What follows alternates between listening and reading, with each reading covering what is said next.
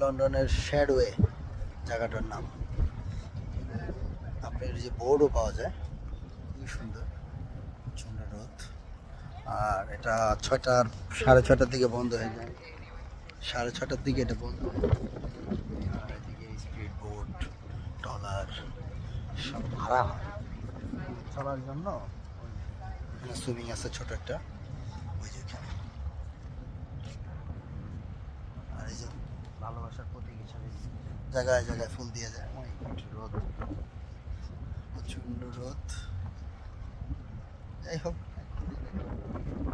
সুন্দর লন্ডনের আরেক প্রান্তে আর কি।